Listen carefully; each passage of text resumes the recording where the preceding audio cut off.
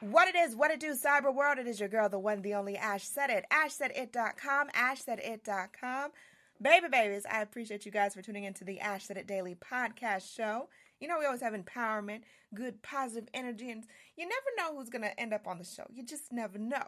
All right, so today I have a treat. You guys are going to be chilling out with the voice, the actor, the extraordinaire, the Food Network host of Ginormous Food, Josh Denny. Hi, Josh. Hey, how are you? I am doing awesome now. How are you doing today? I'm doing really well. I got the day off today, so it's Hey. something I don't get a lot these days, but it's nice when I do have them. Isn't it? Isn't it? Oh, wow. So, Josh, let everybody know where you're from. What city do you represent? Well, originally I'm from Philadelphia, and then I spent about 11 years in the Midwest in Minneapolis, and then I've been in Los Angeles now for 8 years, so it's kind of weird. I'm 33. I've almost split my life into thirds in terms of where I live, so it's kind of hard to say one place is home, but I think where you're born and where you grow up is kind of always home, right? Yeah, definitely. I would say that. So, your resume precedes you. I mean, there's a lot that you have accomplished and done in those 33 years. And shout out to the 80s babies. I see, we share the same birth year. Woo woo. Yeah. But as a child, what did you want to be? Who did you want to be as an adult? You know, it's weird. It kind of moved around a lot. I mean, I remember there was a period of time when I was a kid that I wanted to be a marine biologist. Wow. And then there was a period of time, as a young teenager that I wanted to play professional ice hockey. But ever since I was a young kid, I had this one aunt who was my dad's younger sister, and she was like kind of I wouldn't say the black sheep, but the oddball. She didn't have kids of her own. She was never married, but she was really funny and knew how to cook really well. And I used to spend a lot of time with her, kind of growing up and watching old comedy movies from the 80s, old stand-up specials, and learning how to cook. So it's kind of interesting now that, many, many years later, I have a career both in food and comedy, and it probably is absolutely inspired by my time with her when I was a kid. It's a weird thing to have both of those worlds come together after having an aunt or somebody that you were close to that was kind of their personality growing up. So. Absolutely. So, how did the roads lead to Ginormous Food? Well, it's kind of strange. I mean, I never really. This kind of show is something I don't think anyone ever really stepped out to do, or even knows how to go about getting into this kind of television. I always loved this kind of TV. I came up watching Man vs. Food and Yeah. D and loved all those shows, and but I've been doing stand-up for almost 11 years now, and primarily was focused on scripted television and film and those types of things. And about a couple years ago, I started doing my podcast, March of the Pigs, which is kind of like a food interview podcast. I'll have comedians on, actors on, things like that. But it was sort of through that the production company found me as a potential host, and we started working on concepts together, and almost 2 years later, here we are. Season 2, Ginormous Food on Food Network. Absolutely. And it's just that, like you said, we look at shows that like Man versus Food and things of that nature, we grow up watching, and it's like you've taken it a step further. you've definitely taken a rank differently. So what would you say was the most strange, ginormous plate that you've had to take on? Let's see. I guess strange. You'd probably say like weird or interesting. Yeah. It's hard to say. I would say the bagel that we did in Philadelphia was probably the most unique, which is kind of interesting because it was the very first day of season 1 shooting. And it was definitely a unique thing right out of the gate. You're always going to have burgers. You're always going to have pizza. But to kind of take a Jewish lox bagel and supersize it, that was definitely, I think that was one of the most creative things we saw, and still one of the biggest. Absolutely. So what can audiences look forward to? I know that there's a new episode, I believe, coming out tomorrow night. If you guys are listening, this is May the 11th. So May the 12th, I believe there's a new episode. What can audiences look forward to? Well, I think are you talking about in the new episode or in the Right. coming episode? Yeah, in Yeah, the yeah. Charleston. Go ahead. Yeah, Charleston episode is tomorrow night, and it's a really good episode. And Charleston's a great kind of food city overall. Yeah. Yeah. Um, but we got into some really cool stuff out there. The thing that amazes me as we travel and do this show is we find great foods and great cultural foods in parts of the country you wouldn't expect. Mm. So in Charleston, we had some of the better Mexican food we've had on the show. Mm. We had one of the better burgers we've had on the show, and then we had a chicken and waffle sandwich called the Belgian Triple Play, which is actually at a place called Kitchen 208. So it's right downtown Charleston. One of the coolest areas, right on King Street. One of the coolest areas you can go and sit outside and eat. But the chef there is of German descent, so there's a lot of other kind of German flavors going on in the dishes that you may not necessarily associate with Charleston, South Carolina. So, you would think you'd go to Charleston, we would do seafood, or we would do, some of the obvious stuff. But it's been very cool to see how our casting team has creatively avoided sort of the assumed foods in all of these cities that we go to. Cool, cool beans. So, out of all these cities and these different ginormous large plates of food, have you gotten sick at all? No, it's funny. People ask that question all the time. How do you eat all this stuff? Or what? The other one I get is like, what's your blood sugar and your cholesterol like? All that stuff's pretty good. I work pretty hard to make sure that I exercise a lot, as much on set as possible, like Mm-hmm. while we're traveling, and Right. as much as I can when I'm home.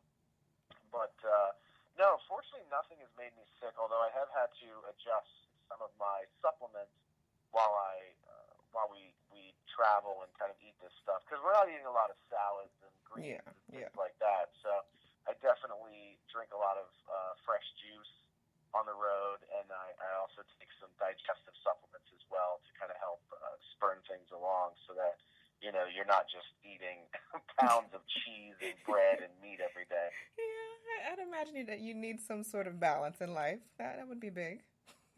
Well, it's one of those things, and I don't know if you've experienced this, but I feel like once I turned maybe 32, Mm-hmm. my body almost has the same kind of push notifications that my cell phone does. So, like, if I've had too much salt, I can feel it in my spleen or Yeah. in my liver. Yeah. Or if I'm not getting enough fiber, I can feel it in the gallbladder. Like, I can Mm-hmm. feel in my body, Yeah. like, hey, you need to eat more of this. And Yeah. so I feel like that's a very good place to be when you're doing a show like I'm doing, because if you weren't feeling those things and making adjustments along the way, it could probably get away from you pretty quickly. Absolutely. I think with age and time and wisdom and knowing your body, after that 30 mark, I do feel when I go someplace and I have like a drink or something, and if it's too sugary, I'm like, oh, I can't do it. No, this is not gonna happen. This is not gonna be what life is. So yeah, no, I'm totally with you on that one. Totally with you. Yeah. So, what has been your biggest challenge in balancing the television show, specials, and also stand-up comedy? I think it's just finding time to do everything, Okay. and the nature of television, particularly shows like ours, every run of episodes is considered a new season. So, we're almost 20 episodes filmed. We filmed 17 episodes of the show so far. And we have no idea if we're coming back for a third season when we're wrapped filming at the end of May. Mm. So it's kind of a wait and see. We should know in the next couple of weeks. But the other thing is, there's a huge sense of urgency when a show does as well as early as ours does. If they continue to move forward with it, they want the episodes quickly. So it makes it a little tough to plan out stand-up comedy tours, things like that, particularly when we're in the early stages of a new show. And we're still, even though we're 2 seasons in, we're still in our first year of the show. So, there's no telling what's on deck and what other things are coming up. And by nature of being a new face on the Food Network, there's opportunities that have come along to do some other stuff with other shows. So I'll be on an upcoming episode of this season's Food Network Star. I'll be on the upcoming season of Beatbox Bobby Flay. So that, you know, there's a lot of sort of other demands that come along with hosting the show that may come up last minute. You kind of got to juggle the schedule a little bit. So I think just the scheduling and trying to fit everything in has been the most challenging part. Absolutely. And this next one, this is a personal question for me because I recently I shot a show with Food Network, woo woo, early January. They had a new show called Help My Yelp. It's hosted by Monte Carlo. Yeah. Yeah. So I know Monte. Yeah, I was on the first episode, and so everybody was excited, you know. And they picked up about maybe like 6 or 7 of us, and you know, they sent us out, you know, undercover Yelp reviews, and you know, we're doing this whole thing, and you know, the shooting time was just crazy. And then, long story short, they gave me microwave catfish. It was not pretty. I was hungry. I was really hungry. And they microwaved the catfish, and it was like terrible. And so I gave an honest reaction. And so when the show actually aired or whatever, there was like a whole bunch of like controversy and trolls and people saying, oh, this show is rigged. It's not real. You know, these are actors and all this crazy stuff. So I wanted to know from you, do you get people that, I guess, troll you online about the show? Oh yeah, I mean, here's a great example. We premiered in Australia on Wednesday. So you know, I want to say they're about 12 hours behind us. Okay. So you know, their Wednesday was kind of like overnight Tuesday. Okay. Or I guess 12 hours ahead, however you want to look at it. But I woke up to emails from people saying, you know, our show is gluttonous and it's sending the wrong messages to kids and it's telling people to overeat, and we're the reason why there's both obesity and starvation in the world. So, you know, it's amazing the things that people will hang on a television show, you know, that's been on for 6 months.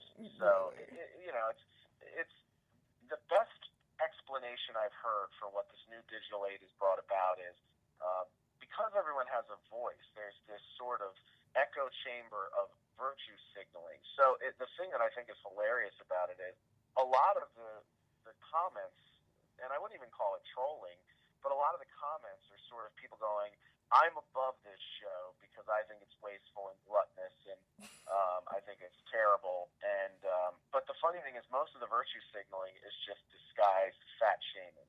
Because when fans of the show start to peel back the layers, they go, well, how is it wasteful? He's sharing the food with everybody in the restaurant. Yeah.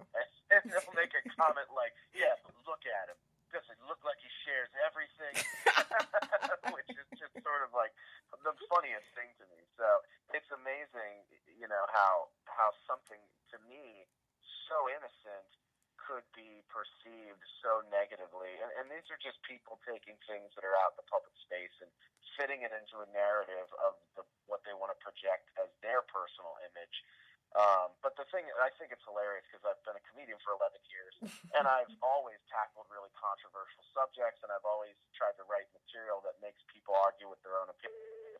And this show, which is just a fun show about food, is without a doubt the most controversial thing I've ever been a part of. I find it funny. It's crazy because you're like, how do you have this much time to go through such a descriptive, you know, description or whatever explanation of what we're doing wrong or how this is fake and how it is hysterical. Absolutely hysterical. People don't think I actually eat the food. Like, because we cut away from the bites, they think that I spit food out. They think that I'm not actually taking a bite. And the funny thing is, even though there's this whole contingency of people that think the show's wasteful and that we shouldn't be glorifying oversized food like this, there's another half that are man versus food loyalists who think I'm some kind of pussy because I don't eat everything. And it's sort of like, there's no pleasing you people. There's no way to make everybody happy. No. So, you know, you start to, I learned early on, thankfully, because I had a background in business and had a lot of corporate jobs where we had to sort of have high-level conversations about who our customer was and who our customer wasn't. I'm totally okay having a television show where everyone is not a fan. Like, every show is not made for every person. Yeah. And so I only care about the people who want to like shows like ours and do like shows like ours. And anybody who's not a customer of that, I don't care about your opinion. Exactly. Go watch something else. It's that easy.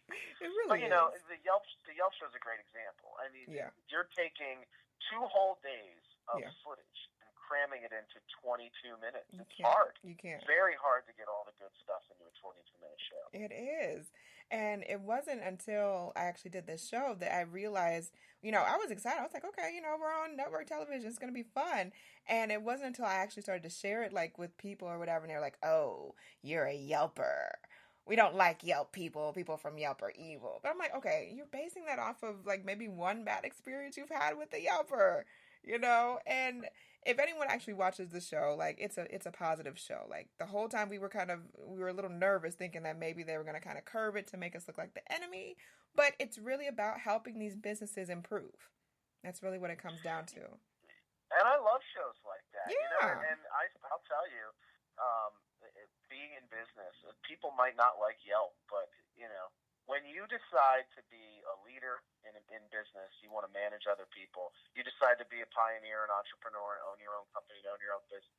You can choose to ignore that feedback. Mm-hmm. It'll probably be to your detriment.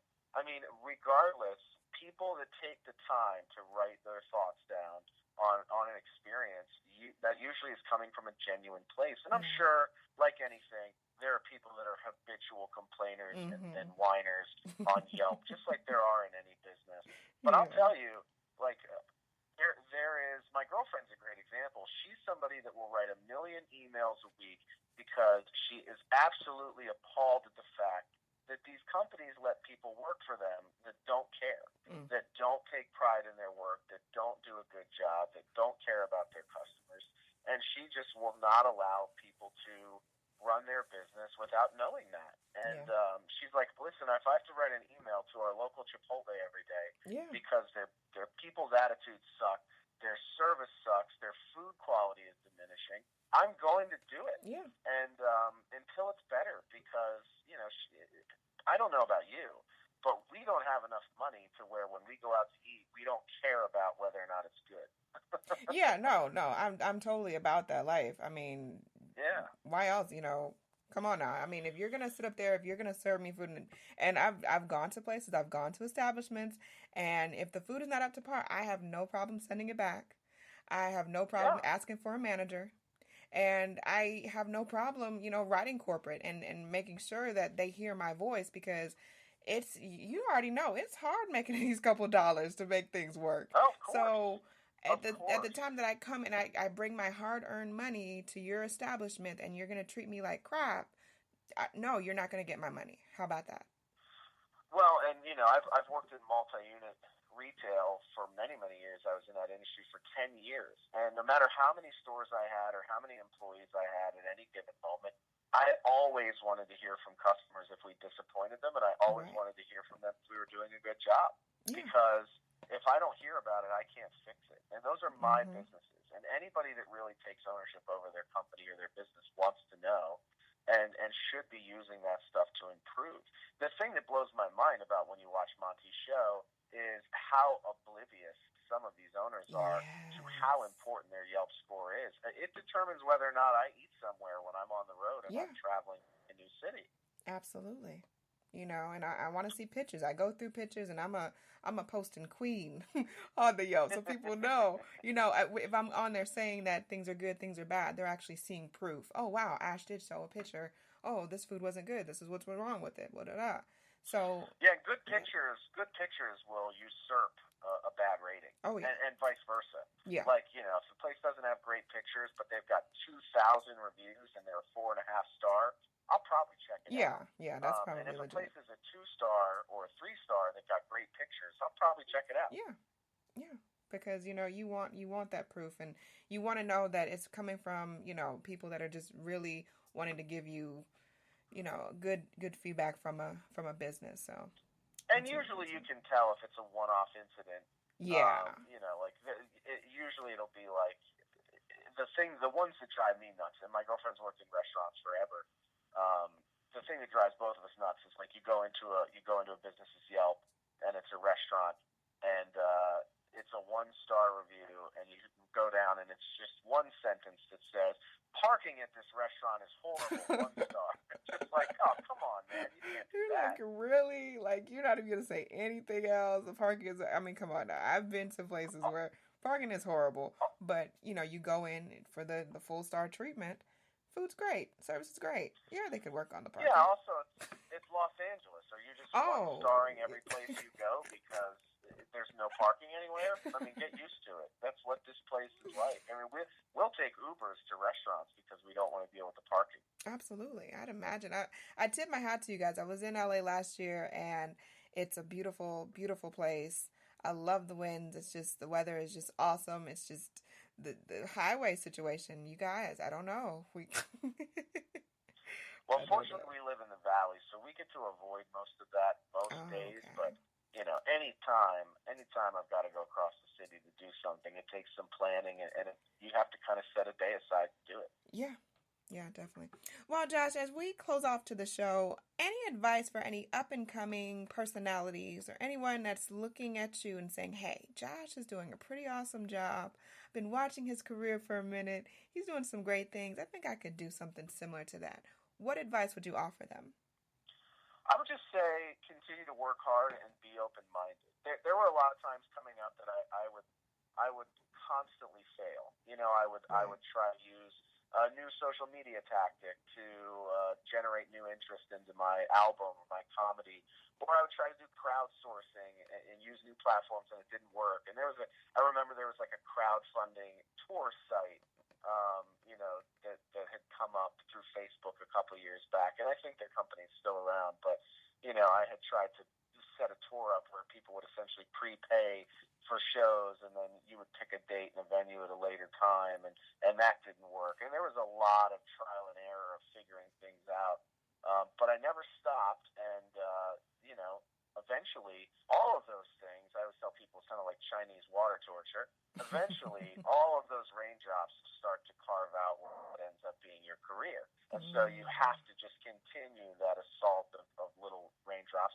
And then you also have to be open-minded along the way that maybe your first opportunity is not what you thought it would be. And don't be afraid to chase those things and to investigate and pursue them. When the production company called me out of the blue to see if I was interested in hosting a show, I thought it was a prank. I was like, no, I was like, real shows don't get made out of Nashville. And our production company is based in Nashville, or actually Knoxville and Washington D.C. But it was just not having any understanding of that industry or this part of the industry, and just being open-minded and going along for the ride and doing my best along the way. And it's been very, very fortunate how it's turned out. So, and here it is, I'm a personality on the Food Network. I've got all these other sort of food-related opportunities coming up. And while it's not necessarily what you think of when you're a stand-up comedian and you think about breaking into television, Yeah. as I'm doing it more and more, I've continuously fell in love with it over and over again, because it is so much a part of what really interests me and what's really kind of who I am. So Right. it's to me, it's sort of like the best way to be yourself on reality television is to have a food show. Definitely. Josh, Denny, it's been a pleasure having you on the program today. Let everyone know how they can follow you and what's going on next. Where are you at next? I know you got stuff popping off. Yeah, well, they can follow me at Josh Denny on Twitter and Instagram, and then my Facebook page, Josh Denny Official. You can find all my information on there, or my website, joshdennycomedy.com. All my information on upcoming shows, podcasts, um, and filming as well is all on there. So like when we're going to be filming in New Orleans, Baton Rouge, and Mobile starting next week. And generally when I get the restaurants and the film dates, those are all posted on my website. So anybody that's in those cities and wants to attend any of our shoot days is welcome to. And then as far as stand-up goes, I've got some shows in Minneapolis in July and working on some other shows in Philadelphia and some other areas for the summer. And then, as always, I have my monthly show here in Los Angeles, The Darkest Hour, which is the second Friday of every month in Santa Monica. And listen to March of the Pigs podcast. It's on iTunes and, all that stuff as well. Cool, cool beans, Josh. Denny, thank you so much for being on the program. I see much more success for you on the sidelines cheering you on. Well, thank you. And thanks for having me on. Definitely. Thank you so much. And thank you to all my listeners. I appreciate you guys tremendously. We've just hit the 270,000 download. Whoop whoop since 2015. You guys do it up. I appreciate y'all. I thank y'all so very much. Always remember, anyone to tell you that you can't do what you want to do, you look them square in the face and tell them, don't believe me, just watch. Watch what I do. Watch me make it happen. Watch me make history. All right? Because that's what we're doing this for. We're doing this for the history books. Social media is nice, but real life is so much better. Until next time, you guys, deuces.